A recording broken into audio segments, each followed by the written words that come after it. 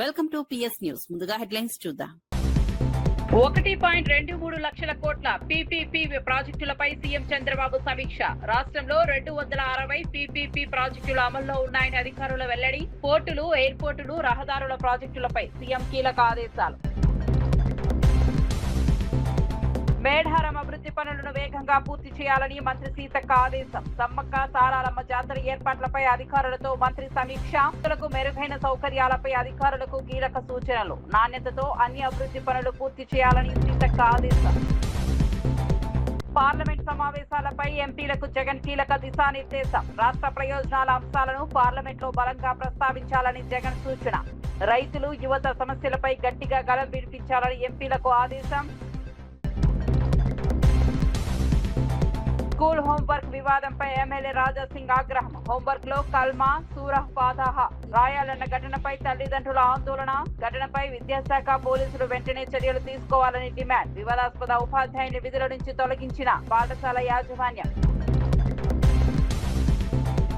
గుంటూరు కాలువ ఆధునీకరణతో 75,000 ఎకరాలకు సాగునీరన్న పెమ్మసాని. 50 గ్రామాల త్రాగునీటి సమస్యకు శాశ్వత పరిష్కారం దిశగా కాలువ పనులు. 370 కోట్లతో తొలి 47 కిలోమీటర్ల ఆధునీకరణ పనులకు టెండర్లు. అమరావతిలో ముఖ్యమంత్రి చంద్రబాబు నాయుడు రాష్ట్రంలో పీపీపీ విధానంలో చేపడుతున్న ప్రాజెక్టులపై కీలక సమీక్ష నిర్వహించారు.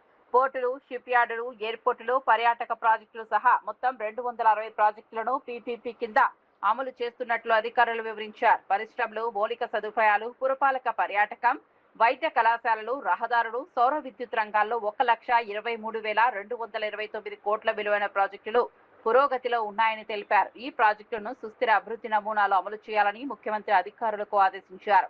ప్రజలకు దీర్ఘకాలిక ప్రయోజనాలు చేకూరేలా ప్రణాళికలు రూపొందించాలని సూచించారు. ఈ సమీక్షలో ఆర్థిక శాఖ మంత్రి పయ్యావుల కేశవ్తో పాటు వివిధ శాఖల ఉన్నతాధికారులు పాల్గొన్నారు.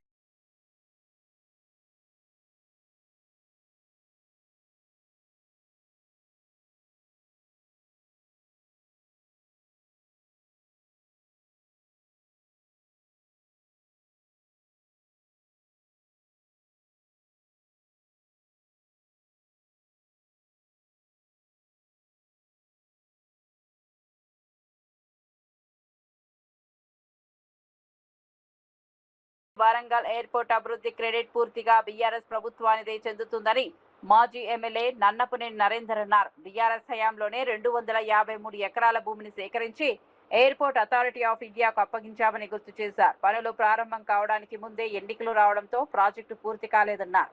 ఇప్పుడు అధికారంలోకి వచ్చిన కాంగ్రెస్ ప్రభుత్వం మొత్తం తామే చేసినట్లు ప్రచారం చేసుకోవడం సరైంది కాదని విమర్శించారు. గత ప్రభుత్వం చేసిన కృషిని దాచిపెట్టి క్రెడిట్ చోరీ చేయాలని చూస్తోందని ఆరోపించారు. వరంగల్ ఎయిర్పోర్ట్ కోసం భూసేకరణ నుంచి అన్ని పరిపాలనా ప్రక్రియలను బీఆర్ఎస్ ప్రభుత్వమే పూర్తి చేసిందని పేర్కొన్నారు. ప్రజలకు వాస్తవాలు తెలుసని, అభివృద్ధి పనులను రాజకీయ ప్రయోజనాల కోసం వక్రీకరించవద్దని నన్నపనేని నరేందర్ సూచించారు. మరి వీళ్ళందరూ కలిసి నగరాన్ని బాగుపడాలనుకుంటాలా, ఈ నగరాన్ని ఖరాబ్ చేయాలనుకుంటాలా? మీకు చేతనైతే మీరేం నిధులు తెచ్చిలో చెప్పండి. మీకు చేతనైతే ఈ పని చేసిన స్వయంగా అని చెప్పండి. మీకు చేతనైతే ప్రజలకి ఇది ఉపయోగపడేది చేస్తామని చెప్పండి. ఏది చేతగాక ఒప్పుకున్న హామీలని అటకెక్కిచ్చేసి ఇప్పుడు ఏదో ఆవాకులు చేవాకులు మాట్లాడితే పొలిటికల్ నాలెడ్జ్ ఉన్నదని అనుకోరు. ప్రజలు గమనిస్తున్నారు. మీరు జాగ్రత్తగా ఉండండి, జాగ్రత్తగా పరిపాలించండి. ప్రజల మన్నలు పొందాలి తప్ప ఏది పడితే అది మాట్లాడితే మన్ననలు వస్తాయన్నది అది శుద్ధ అబద్ధం అని కూడా ఈ సందర్భంగా తెలియజేసుకుంటూ, మామ్నూర్ ఎయిర్పోర్ట్ ఖచ్చితంగా బీఆర్ఎస్ ప్రభుత్వంలో ఏర్పాటు చేసిందే. దేనికంటే దానికి మేము సిద్ధంగా ఉంటాం. చివరిగా ఎలక్షన్లో ఆ ఎలక్షన్ కోడ్ వచ్చింది కాబట్టి అది పెండింగ్ అయింది తప్ప వేరే కాదు. దానికి నీకు అవగాహన లేకుంటే ఆ రికార్డు చూసుకోండి, అన్ని కూడా ఉన్నాయని కూడా ఈ సందర్భంగా తెలియజేస్తున్నాం. హైదరాబాద్ సైదాబాద్ లోని సక్సెస్ స్కూల్లో 2వ తరగతి చదువుతున్న హిందూ విద్యార్థులకు హోంవర్క్ డైరీలో కల్మా, సూరహ్ ఫాతిహా రాయాలని చదవాలని ఉపాధ్యాయుడు సూచించడంపై వివాదం చెలరేగింది. ఈ ఘటనపై తల్లిదండ్రులు తీవ్ర ఆగ్రహం వ్యక్తం చేశారు. విషయం తెలుసుకున్న గోషామహల్ ఎమ్మెల్యే రాజాసింగ్ వెంటనే స్పందించి విద్యాశాఖ, పోలీసు అధికారులు తక్షణ చర్యలు తీసుకోవాలని డిమాండ్ చేశారు. చిన్నారులపై ఇలాంటి బోధనను బలవంతంగా రుద్దడం సరికాదని అభిప్రాయపడ్డారు. వివాదం తీవ్ర రూపం దాల్చడంతో సంబంధిత ఉపాధ్యాయుని విధుల నుంచి తొలగించినట్లు పాఠశాల యాజమాన్యం ప్రకటించింది. ఘటనపై పూర్తి స్థాయి విచారణ జరిపి వాస్తవాలు వెలుగులోకి తీసుకురావాలని తల్లిదండ్రులు కోరుతున్నారు. పాఠశాలల్లో విద్యార్థుల మనోభావాలను గౌరవించే విధంగా వ్యవహరించాలని పలువురు అభిప్రాయపడ్డారు. स्कूल में जाकर उन मैनेजमेंट से जब क्वेश्चन पूछा, सवाल पूछा कि आप कैसे मेरे बच्चे को, मेरे हिंदू बच्चे को कलमा पढ़ने के लिए प्रेशर डाल सकते हो, तो स्कूल मैनेजमेंट के पास कोई जवाब नहीं है। यहां सैदाबाद क्षेत्र असदुद्दीन ओवैसी के पार्लियामेंट क्षेत्र में आता है और ये की पूरी इन लोगों ने प्लानिंग करके रखी है कि छोटे बच्चे से लेकर बड़े बच्चे तक, चाहे वो कॉलेज में हो या 10वीं कक्षा में हो या 9वीं कक्षा में हो, सबका इस्लामीकरण करना। क्योंकि इनकी सोच है भारत में रहकर भारत से गद्दारी करना, भारत में रहकर भारत से गजवा हिंद करना, भारत में रहकर इनकी ये सोच है। तो ये सोच को मजबूत करने वाला असदुद्दीन ओवैसी, मैं असदुद्दीन ओवैसी से पूछना चाहता हूं, तुम्हारे ही पार्लियामेंट क्षेत्र में हिंदुओं पर इतना अत्याचार हो रहा है, यहां तक के छोटे मासूम 2 क्लास में पढ़ने वाले बच्चे को तो नहीं छोड़ा जा रहा है, तो आज तुम्हारा मुंह क्यों बंद है?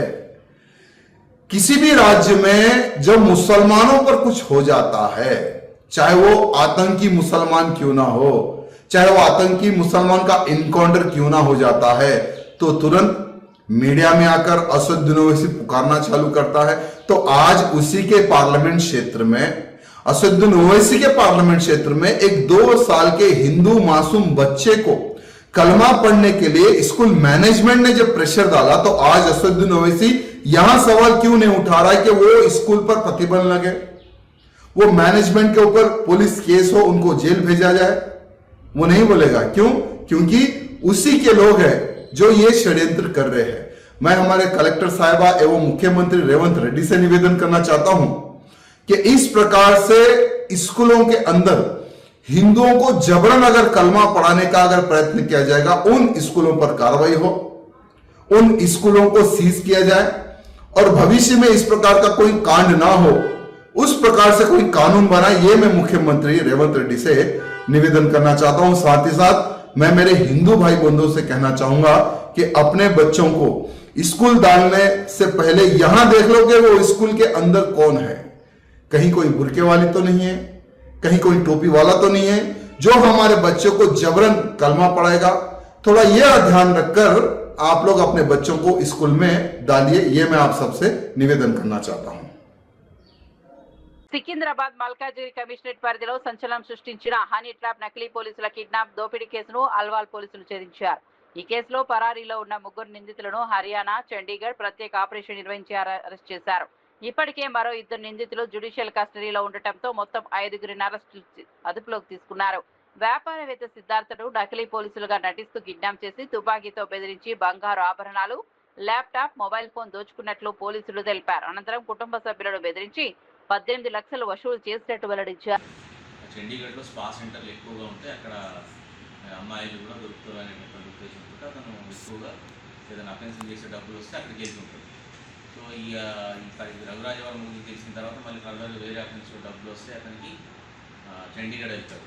అక్కడ వెళ్ళి స్పా సెంటర్లలో తిరుగుతున్న క్రమంలో, ఫ్రీక్వెంట్గా తిరిగే క్రమంలో అక్కడ ఇటువంటి అఫెన్సులు చేసే వాళ్ళ ముగ్గురు కూడా ఆయనకి గతంలో కూడా పరిచయం ఉండడం జరిగింది.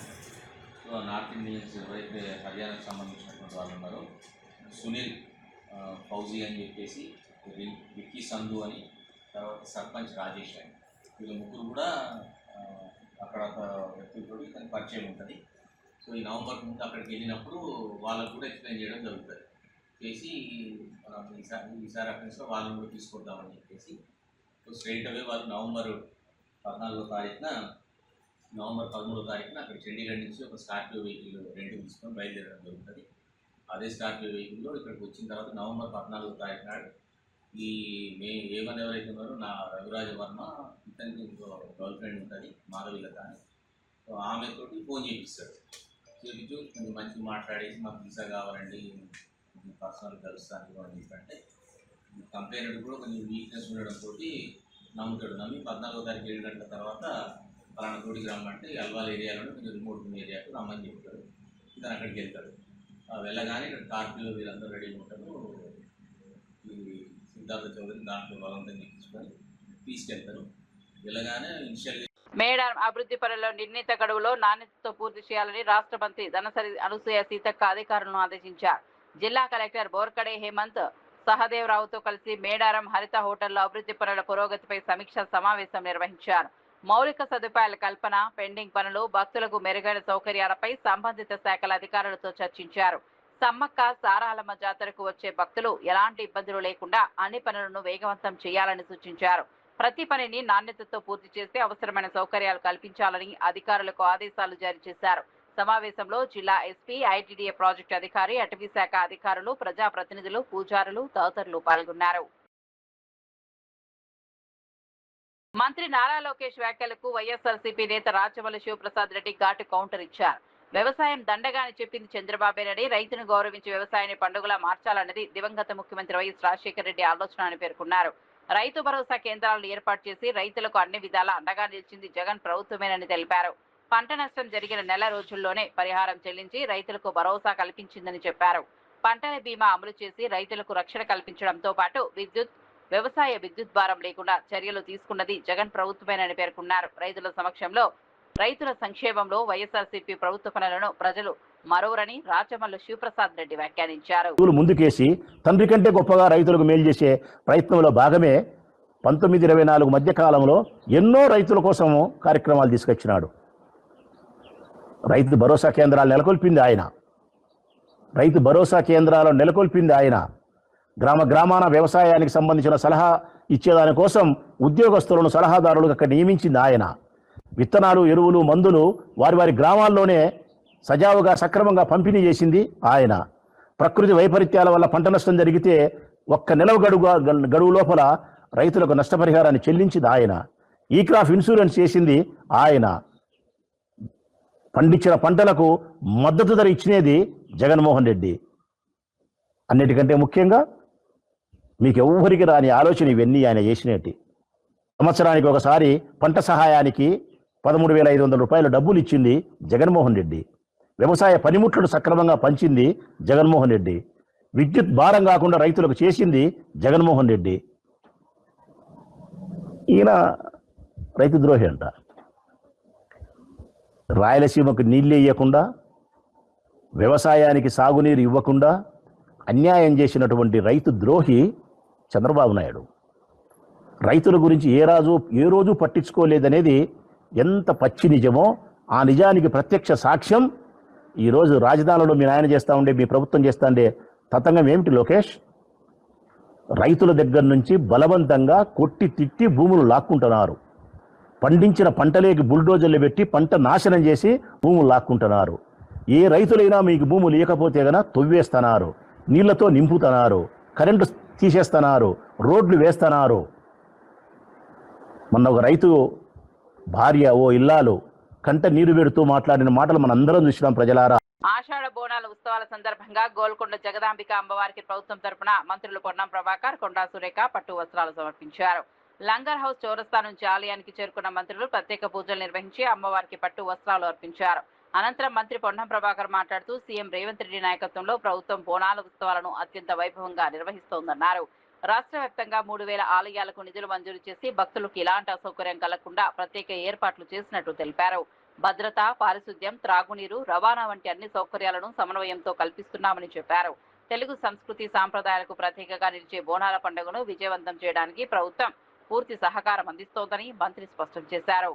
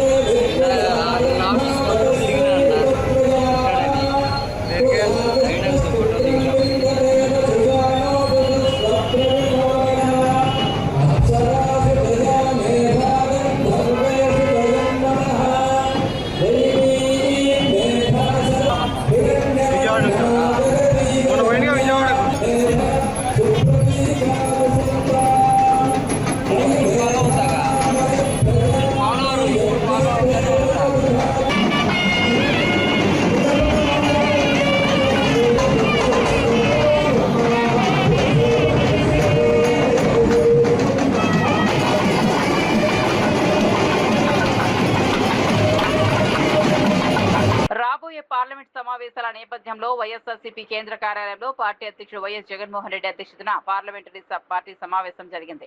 ఈ సమావేశంలో లోక్సభ, రాజ్యసభలో పార్టీ అనుసరించాల్సిన వ్యూహంపై సమగ్ర చర్చ జరిగింది. రాష్ట్ర ప్రయోజనాలకు సంబంధించిన అంశాలను పార్లమెంట్లో బలంగా ప్రస్తావించాలని జగన్ ఎంపీలు పార్టీ నాయకులకు సూచించారు. ప్రజా సమస్యలను ప్రాధాన్యంగా తీసుకుని కేంద్ర ప్రభుత్వం దృష్టికి తీసుకెళ్లాలని ఆదేశించారు.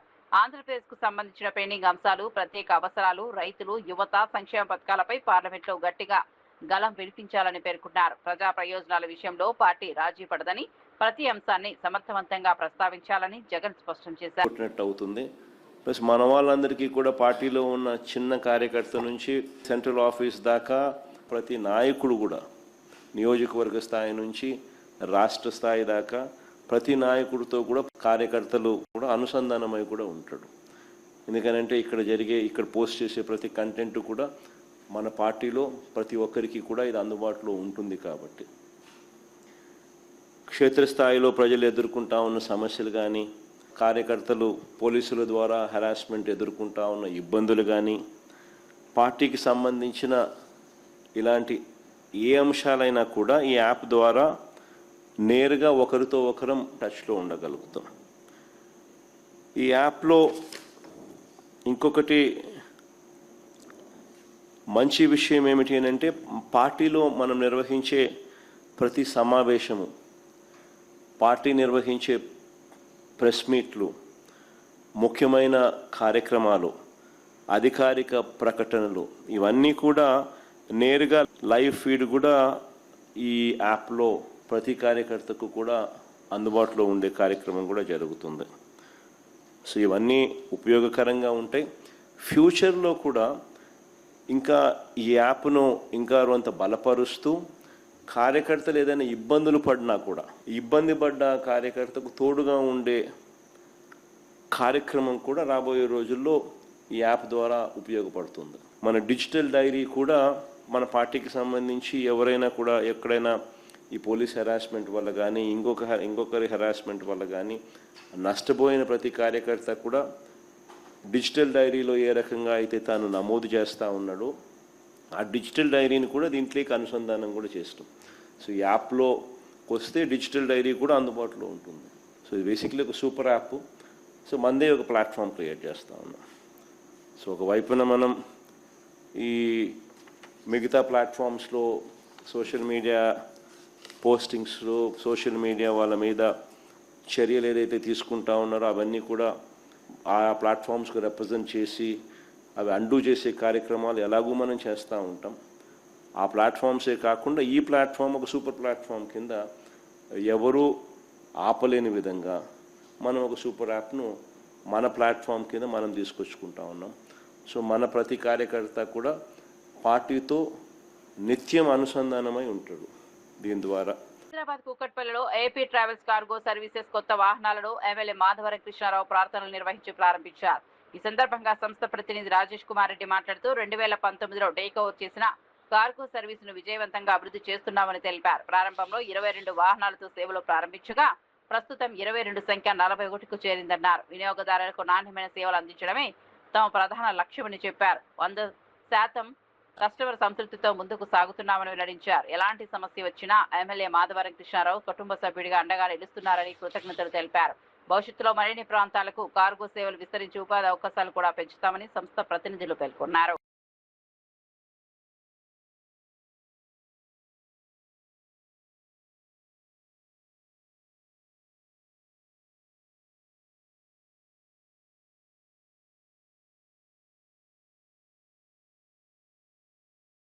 సన్ కార్గో అది 2019లో మేము టేక్ ఓవర్ చేసుకోవడం జరిగింది. స్టార్ట్ చేసినాము. ప్రజెంట్ వచ్చేసి 41 వెహికల్స్ అయినాయి. మా దగ్గర నుంచి డైలీ సర్వీస్ ఉంటుందండి. నేనే ఇక్కడ నుంచి లైవ్లో మీరు అటు చూస్తే తెలుస్తుంటుంది ఎవరు ఏం పని చేస్తున్నారు, ఎవరు ఏం చేస్తున్నారు, ఎంప్లాయీస్ అనేది మేము చేస్తూనే ఉంటాం. మా దగ్గర నుంచి వైజాగ్, విజయవాడ, రాజమండ్రి, కాకినాడ, బెంగళూరు, చెన్నై, ముంబై అలాగే మెటీరియల్ వెళ్తుంటుంది. ఇందులో భాగంగానే ఈరోజు కొత్త వెహికల్స్ కూడా కొన్నాము. ఒక 5 వెహికల్స్ మరి న్యూ వెహికల్స్ లాంచ్ చేసి మన కూకట్పల్లి ఎమ్మెల్యే మాధవరం కృష్ణారావు గారు వచ్చి వాటిని లాంచింగ్ చేయడం జరిగింది. ఈ సందర్భంగానే మొత్తం ప్రోగ్రామ్ అలా జరిగింది. మా ట్రావెల్ సంబంధించి అయితే ఇప్పుడున్న దాంట్లో మేము వెరిఫై చేస్తున్నాం 100%. ఎందుకంటే కస్టమర్ మార్కెట్ ఏంటంటే బస్సు కాంపిటీషన్ ఎక్కువైంది. అందుకే ఓల్డ్ వెహికల్స్ పెట్టుకుంటే మేము బస్సులో మేము ట్రావెల్ చేయలేవు. అందుకే అన్ని బ్రాండ్ న్యూ వెహికల్స్ తీసుకొని సర్వీస్ చేస్తున్నాము. ఈరోజు రాజేష్ రెడ్డి అనే వ్యక్తి ఈరోజు దీనికి ప్రొపరేటర్ అన్నానంటే చిన్న స్థాయి నుంచేనండి. నేను కూడా తాతల ఆస్తుల నుంచి తీసుకొచ్చి దీంట్లో ఏం చేసింది ఏం లేదు. ఫస్ట్ కేసీఎన్లో ఏరియా మేనేజర్, బ్రాంచ్ మేనేజర్ చేసినాను, తర్వాత ఏరియా మేనేజర్ చేసినాను, తర్వాత ఇదే ఏపీ ట్రావెల్స్ అనే కార్గోల్ని ఒక ఏజెంట్గా నేనే ఉన్నా. ఇప్పుడు సేమ్ నా దగ్గర ఒక 60-70 మంది ఏజెంట్లు నా దగ్గర ఉన్నారు. ఇప్పుడు ఈ ఏపీ ట్రావెల్స్ కార్గోలో ఏజెంట్ ఉన్న వ్యక్తిని ఇప్పుడు నా దగ్గర 60-70 మంది ఏజెంట్లు ఉన్నారు. బ్రాంచెస్ నాకు ఓన్గా ఉన్నాయి. అదేంటి రీజన్ అంటే మా సార్ అబ్దుల్ కుద్దూస్ భాయ్ అని ఆయన మున్నా సార్ అని చెప్పండి. ఫస్ట్ వాళ్ళు ఫౌండర్స్, వాళ్ళు చేయడం వల్ల వాళ్ళు అంతా ఒక సెటప్ చేసి అన్ని చేసిన తర్వాత వాళ్ళకి బిజినెస్ వద్దు. అప్పటి నుంచి నేను టేక్ ఓవర్ చేసుకున్నప్పటి నుంచి బిజినెస్ బాగా మంచిగా ఉంది. మాకు బేస్ ఏంటంటే మా కస్టమర్లు అండి. కొందరు వ్యవస్థను నమ్మి బుకింగ్ ఇస్తారు, కానీ మా కస్టమర్లు నన్ను నమ్మి, వ్యక్తిని నమ్మి బుకింగ్ ఇచ్చినారు.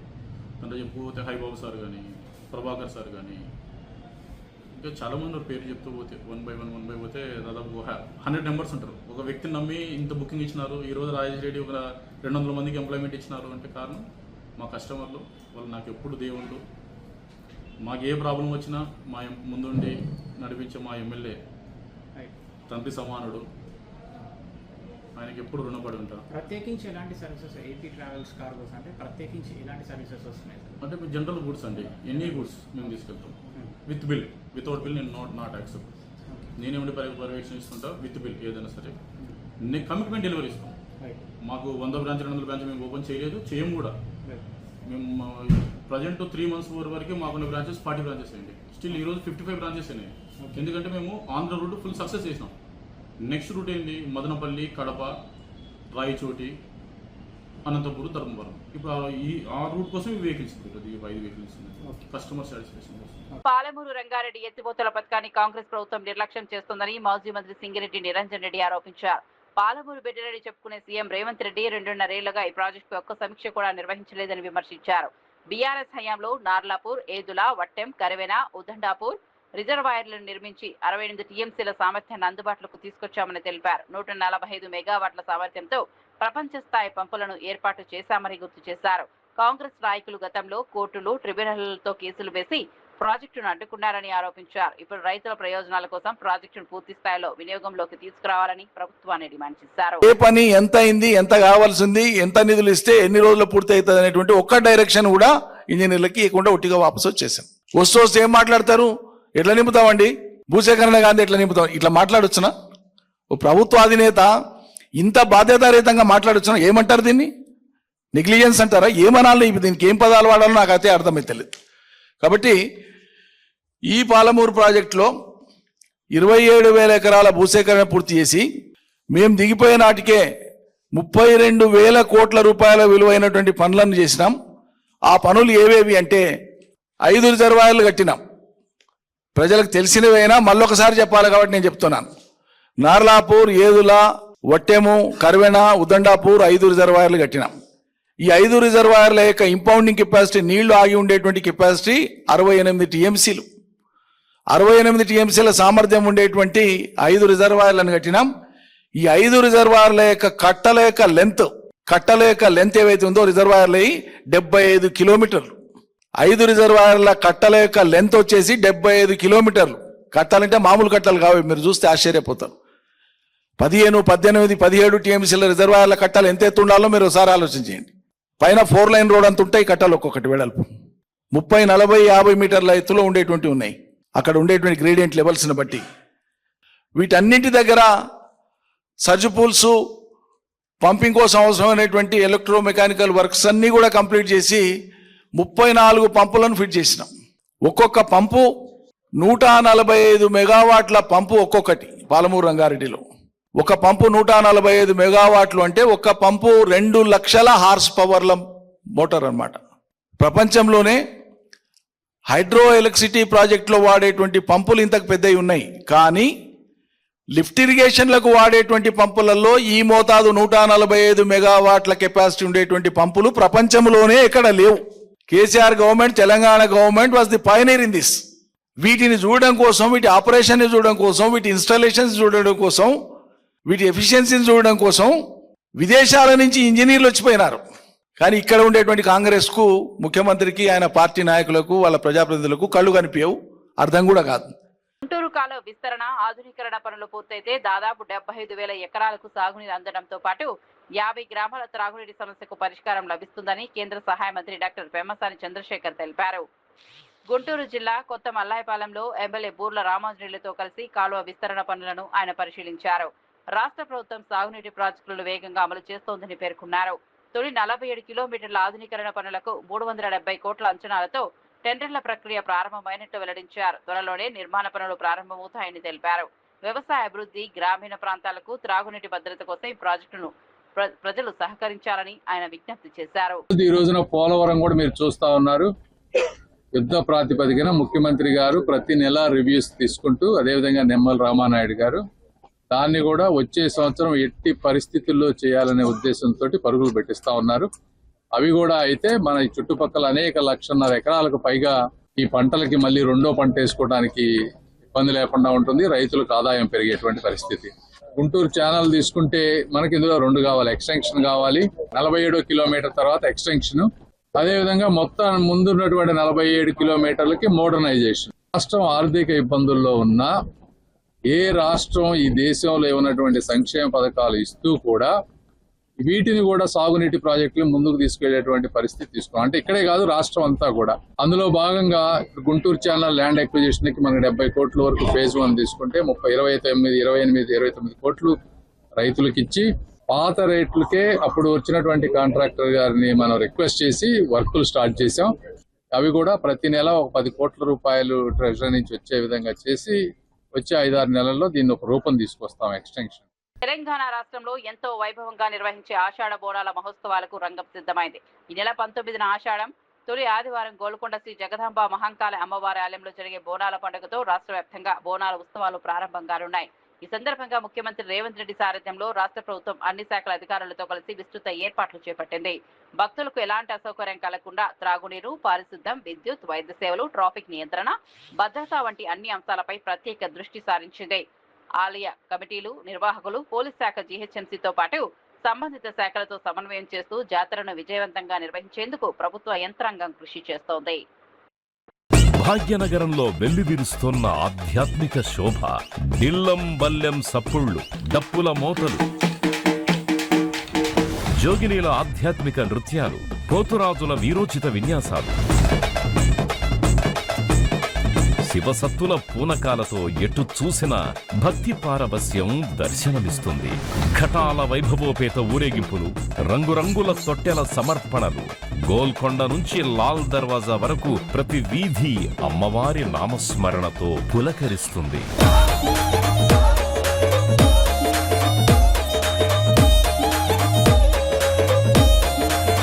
రంగం వేదికగా అమ్మవారి స్వయంగా భక్తులకి భవిష్యవాణిని ప్రసాదించే ఆ దివ్య క్షణాలు భక్తి విశ్వాసాలకు సజీవ నిదర్శనంగా నిలుస్తాయి.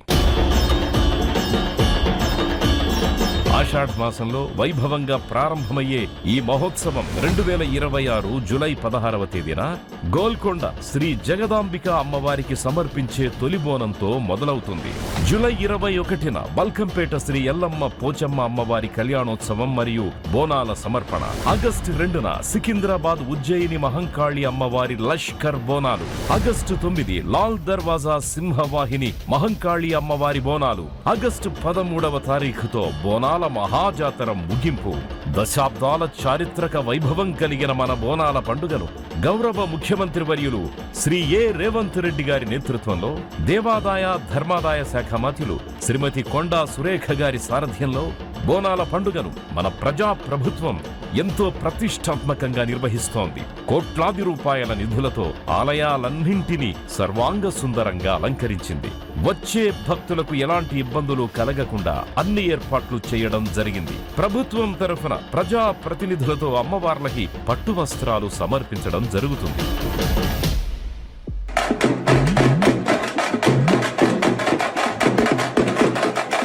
పల్లె పట్నం అనే తేడా లేదు, కులమతాల భేదమే లేదు. ఇలవేల్పులైన రేణుక, ఎల్లమ్మ, కట్టమైసమ్మ, నల్లపోచమ్మ, పెద్దమ్మ తల్లులకి బోనం సమర్పించి ఏడాది పొడవునా ఆయురారోగ్యాలు, సుఖ సంతోషాలు ప్రసాదించాలని భక్తి శ్రద్ధలతో వేడుకునే మహోన్నతమైన పండగ బోనాల పండగ.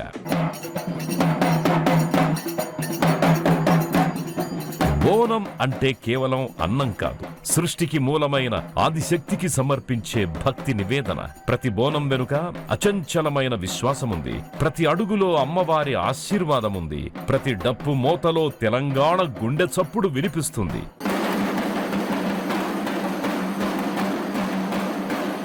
శతాబ్దాల సాంస్కృతిక వైభవం, తెలంగాణ ఆడబిడ్డల అచంచల భక్తికి ప్రతిరూపం, ఆచార సంప్రదాయాలకి సజీవ సాక్ష్యం, తెలంగాణ సంస్కృతికి చిరునామా మన బోనాల జాతర. అప్డేట్స్ కోసం చూస్తూనే ఉండండి